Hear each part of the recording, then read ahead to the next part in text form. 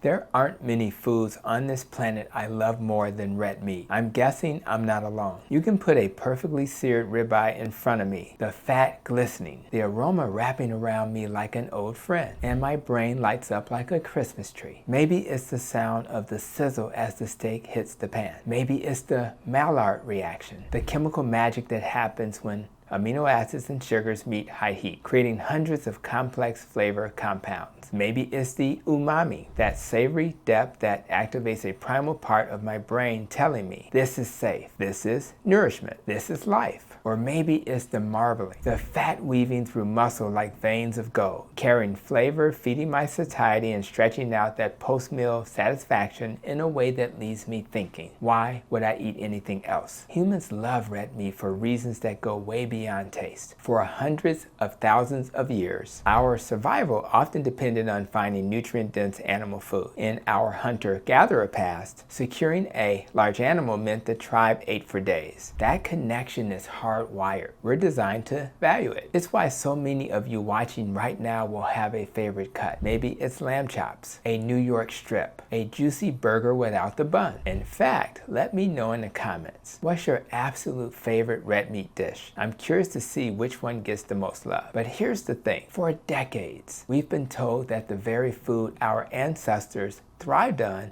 is somehow going to clog our arteries and kill us. The headlines, the guidelines, and the cautionary lectures. It's been drilled into us so deeply that even people who feel amazing eating steak still hear that nagging voice in their head whispering, but your heart. And I'm here to say that fear is not only overblown, but it's actually distracting us from one of the most heart-supportive foods we have. A lot of the fear started with the diet heart hypothesis in the mid-20th century. Back then, heart disease rates were rising and researchers were scrambling for an explanation. One of the loudest voices was Ansel Keys, who presented the famous 7-country study. It linked saturated fat intake to heart disease.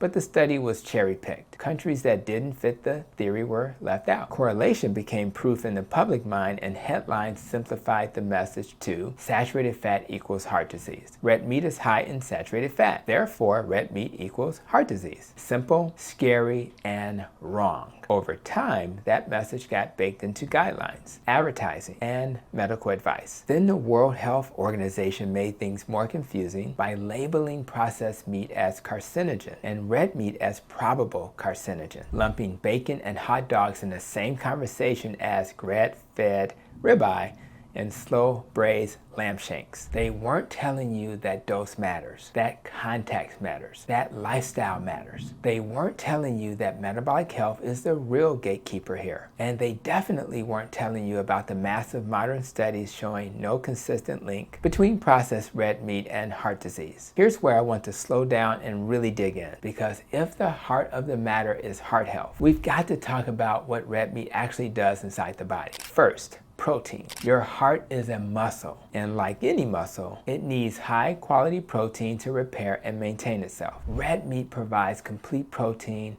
with all the essential amino acids in highly bioavailable form. That means your body can use it efficiently to build and maintain lean tissue. Maintaining muscle isn't just about looking good. Muscle mass is directly linked to insulin sensitivity, which is one of the most powerful predictors of cardiovascular health. Poor insulin sensitivity, that's a fast track to inflammation, arterial damage, and plaque buildup. Strong muscle, that's a buffer against those risks. Second, red meat is rich in heme iron, the form of iron your body absorbs most easily. This isn't just about avoiding anemia. Iron is essential for hemoglobin to carry oxygen through your blood, including to your heart muscle itself. Without adequate oxygen delivery, your heart works harder under stress, and over time that can weaken it. Red meat delivers this nutrient in a form that plant foods simply can't match. Third, let's talk about the homocysteine connection. High homocysteine levels are associated with increased cardiovascular risk because they can damage the lining of your blood vessels. Red meat contains B12, which along with folate and B6 help keep homocysteine in check. If you're low in these vitamins, and many people are, your homocysteine can climb. In fact, vegetarians and vegans often have higher homocysteine levels for this reason. And no, supplements don't always fully make up for the difference in bioavailability that you get from animal foods. Then there's creatine and taurine, two compounds you don't hear enough about in heart health conversations. Creatine is known for helping athletes with muscle performance, but your heart is also a muscle. It runs on ATP, and creatine helps recycle ATP more efficiently, meaning your heart muscle can do its job with less strain. Taurine supports calcium signaling in heart cells, which is essential for a strong and steady heartbeat. Low taurine levels have been linked to cardiomyopathy and arrhythmias. Guess where taurine is found in abundance? Red meat. Red meat is also a source of zinc and selenium. Zinc plays a role in over 300 enzymatic reactions, including those that protect the heart from oxidative stress. Selenium is critical for glutathione peroxidase, one of your body's key antioxidant defenses. Without enough selenium, you're more vulnerable to oxidative damage, and that can stiffen arteries and set the stage for heart disease. And while you can find selenium in Brazil nuts, the form in animal foods is often better absorbed and more consistently available. Now let's talk about fat quality. Grass-fed beef and lamb contain omega-3 fatty acids, EPA and DHA, which we know help reduce inflammation, improve endothelial function, and support healthy triglyceride levels. They also contain conjugated linoleic acid,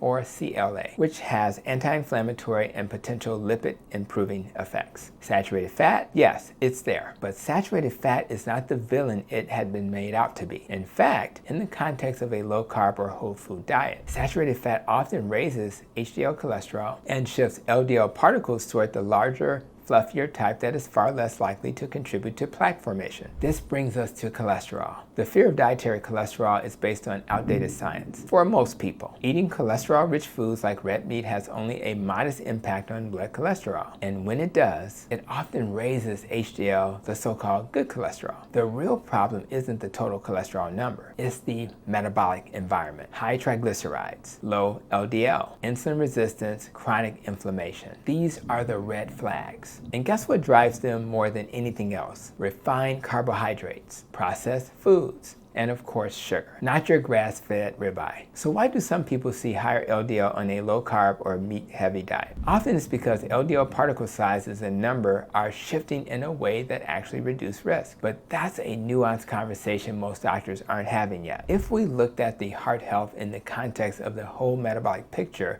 instead of obsessing over single numbers, red meat would be in a very different public health category. Now, I'm not saying all red meat is created equal. Processed meats with added sugar, seed oils, fillers, and preservatives, those are a different story. But whole cuts, cooked well, enjoyed as part of nutrient-dense diet, that's a recipe for cardiovascular support, not damage. For those who want to make their red meat even more heart healthy, quality matters. Grass-fed and pasture-raised animals have a better omega-3 to omega-6 ratio and less exposure to environmental contaminants. Pairing red meat with a low-carb or ketogenic lifestyle helps keep insulin low, and that includes carnivore, reduces chronic inflammation, and supports healthy blood pressure. Including organ meats occasionally boosts your intake of vitamins like K2, which helps keep calcium in your bones and out of your arteries. And let's not forget cooking method. Slow cooking, reverse searing, and avoiding burning or excessive charring preserves flavor while minimizing potentially harmful compounds. At the end of the day, red meat isn't just safe for your heart, it can be a strategic ally in keeping it healthy. When you strip away the politics, the old studies, and the fear-based headlines, you're left with a food that nourishes the body from the inside out. It's dense in bioavailable nutrients, supports muscle and metabolic health, and fits beautifully inside a lifestyle aimed at reducing the real drivers of heart disease. So the next time someone looks at your steak and says, "Aren't you worried about your heart?" you can smile and say, "Actually, I'm eating for it." And maybe, just maybe, you'll help them unlearn decades of fear. Let me know in the comments your favorite way to enjoy red meat. Ribeye, brisket, lamb chops, you name it. Share this video with someone who still believes steak is dangerous. And for more heart and metabolic health videos, check out the playlist and the links in the description. Because when it comes to protecting your health, sometimes the best medicine is the meal in front of you.